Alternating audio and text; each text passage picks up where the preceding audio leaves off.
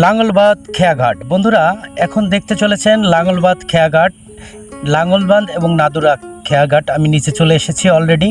প্রত্যেক দিন শত শত লোক এই একই ঘাট দিয়ে পার হয় জীবন মালের জানের ঝুঁকি নিয়ে, সেটাই আপনাদের মাঝে তুলে ধরছি। পুরাতন এবং ঐতিহ্যবাহী বাজার লাঙ্গলবাদ, সেই লাঙ্গলবাদ বাজারের পাশেই এই ঘাটটি অবস্থিত। ঘাটের পাশে অলরেডি চলে এসেছে নদীর ওই পাশ থেকে নাদুরিয়া, ওই পাশটা নাদুরিয়া আর এই পাশটা লাঙ্গলবাদ ঘাট। এই লাঙ্গলবাদ ঘাটে শত শত লোক প্রতিদিন এই নৌকা যোগে এখান থেকে পার হয়। নদীর ওই পাশ থেকে এই পাশে আসে, তারা নিত্য প্রয়োজনীয় যে প্রয়োজনীয় বাজার ঘাট যা কিছু দরকার হয় এই লাঙ্গলবাদ বাজারে আসে। 3টি জেলার মাথা বলা চলে এই লাঙ্গলবাদ বাজারটি। ওই পাশটা দেখছেন ওটা নাদুরিয়া খেয়াঘাট, নদীর ওই পাশটা, আর এই পাশটা হচ্ছে লাঙ্গলবাঁধের দিকে লাঙ্গলবাদ খেয়াঘাট। তা বন্ধুরা অলরেডি ঘাটে খেয়ার যে নৌকাটা রয়েছে তারা চলে এসেছে। তারা কিন্তু প্রত্যেক দিন এইভাবে যাতায়াত করে। ভিডিওটি কেমন লাগছে অবশ্যই কমেন্টে জানাবেন, আর ভালো লাগলে অবশ্যই শেয়ার করে দিবেন। দেখেন রাস্তাটাও কিন্তু নদীর থেকে উপরে ওঠার রাস্তাটাও অনেকটা রিস্ক, সাইডে ভাঙাচুরা আছে।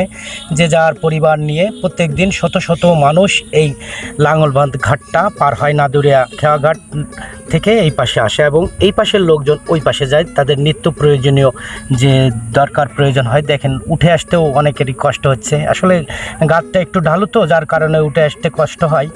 অদূরে দূরে নতুন করে একটা ব্রিজ হচ্ছে, ওই ব্রিজটা যখন সম্পূর্ণ হবে তখন আর মানুষের এই কষ্টগুলো তখন একটু লাঘব হবে। এটাই আপনাদের মাঝে তুলে ধরছি। যারা এই জায়গাটা চেনেন অবশ্যই কমেন্টে জানাবেন কে কোথা থেকে দেখছেন। দেখেন বাচ্চাদের কিভাবে সুন্দর করে বাবা মা তারা ধরে হাতে ধরে নিয়ে আসছে, উপরের দিকে উঠতেছে যাতে পড়ে না যায়। এটাই আর কি, নদীমাতৃক বাংলাদেশের প্রত্যেকটা জায়গায় পাশেই নদী রয়েছে, বাজার রয়েছে, এটাই থাকবে। তা আপনারা কারা কারা এই নাদুরিয়া এবং খেয়াঘাট, এই লাঙ্গলবাদ খেয়াঘাটে পার হয়েছেন অবশ্যই কমেন্টে জানাবেন।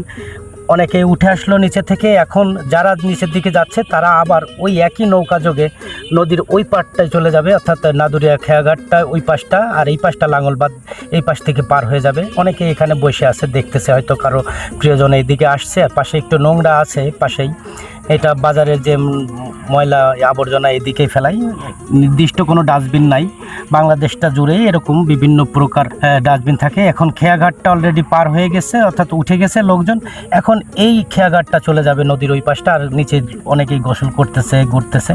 এটাই ছিল মোটামুটি এই ঘাটের পরিবেশ পরিস্থিতি। কেমন লাগলো ভিডিওটা? আর ওই পাশের ঘাট থেকে চলে আসতেছে। তো সবাই ভালো থাকবেন, আল্লাহ হাফেজ।